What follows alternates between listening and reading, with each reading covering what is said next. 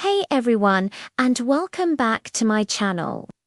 Today, we're diving deep into a topic that can literally make or break your makeup look: contouring.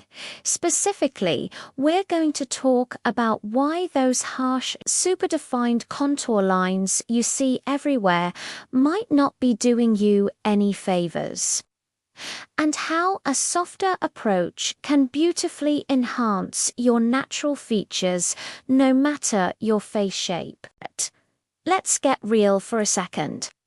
We've all seen those dramatic, chiseled looks online, and while they're amazing for photo shoots, they often don't translate well into real life.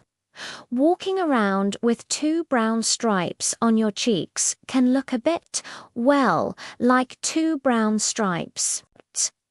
The goal of contouring isn't to draw new features on your face, but to gently sculpt and define what's already there by playing with light and shadow.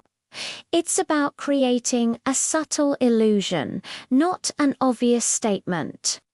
The key is understanding that your face isn't a flat canvas.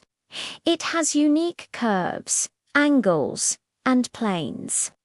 A harsh one-size-fits-all line completely ignores your individual bone structure.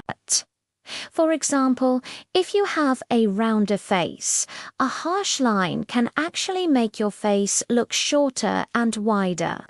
Instead, a soft, diffused contour placed slightly higher on the cheekbone can create the illusion of length and lift. For those with a square face shape, a heavy contour along the jawline can look too severe.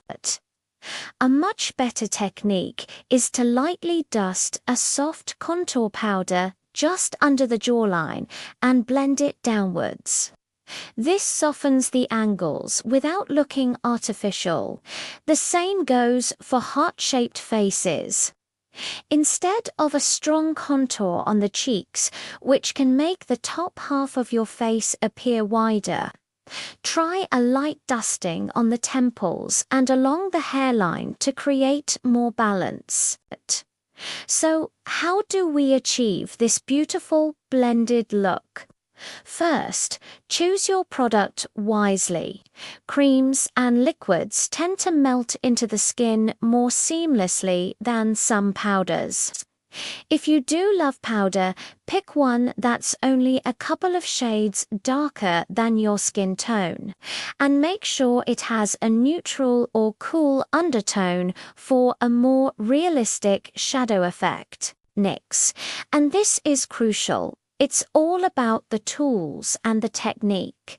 Use a fluffy, angled brush, not a dense, flat one.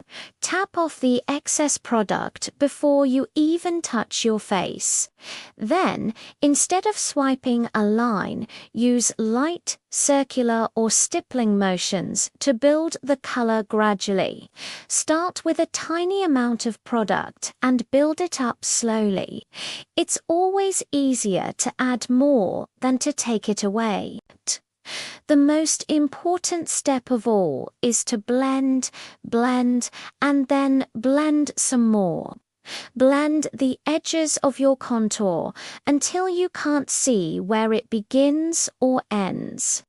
It should just look like a natural shadow, a seamless part of your skin. You can use your foundation brush with a tiny bit of leftover foundation on it to go over the edges, or even a clean, damp sponge to really melt everything together. Let's quickly recap 4 different face shapes. For oval faces, you lucky ducks, you can place a soft contour right under your cheekbones to enhance your natural shape. For long faces, focus a soft contour under the chin and along the hairline to create an illusion of a slightly shorter, wider face. Remember, the goal is always balance and subtle enhancement. By ditching the harsh lines and embracing a softer, more blended approach, your contour will look less like makeup and more like your own beautiful bone structure shining through. It adapts to you, not the other way around. It's about working with your unique beauty, not fighting against it. This technique will make your makeup look more professional, more natural, and perfectly tailored to your face. Give it a try and let me know how it goes in the comments below. I'd love to hear about your experience with soft contouring. Thank you so much for watching. If you found this video helpful, please give it a thumbs up and don't forget to subscribe and hit that notification bell so you don't miss any of my future videos. I'll see you in the next one. Bye.